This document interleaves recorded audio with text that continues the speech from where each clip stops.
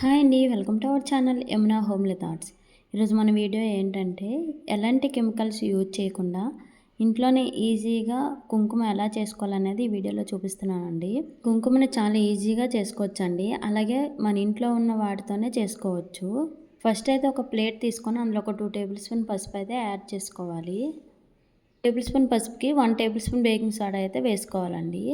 ఇక్కడ నేను వేయలేదు, ఎందుకంటే నేను ఒక షార్ట్ వీడియో తీసాను, అందులో వేసానండి.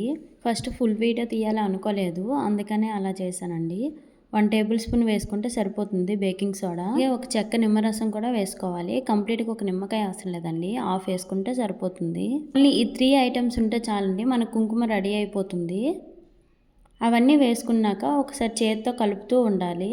ఇలా అంతా కలిసేలా కలుపుకొని ఒక ప్లేట్లో వేసి ఒక 1 అవర్ ఎండలో పెడితే మనం ఆ 1 అవర్ వెళ్ళి చూసేసరికి కుంకుమ రెడీ అయ్యి ఉంటుందండి. యాక్చువల్లీ నేను ఇక్కడ చేసిన తప్పు ఏంటంటే నా దగ్గర ఉన్న పసుపు బాగాలేదండి. మనం కుంకుమ చేయడానికి తీసుకోవాల్సిన పసుపు చాలా మెత్తగా ఉండాలి.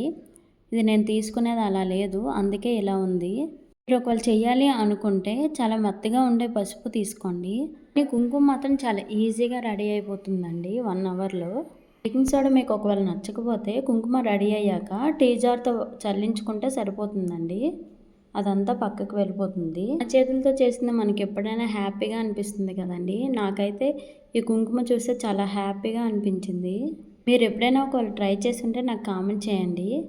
ఒకసారి ట్రై చేసి ఎలా వచ్చిందో నాకు కామెంట్ చేయండి. ఈ వీడియో మీకు నచ్చితే లైక్ చేసి షేర్ చేసి మరిన్ని వీడియోస్ మన ఛానల్ ఫాలో అవ్వండి. Thank you for watching.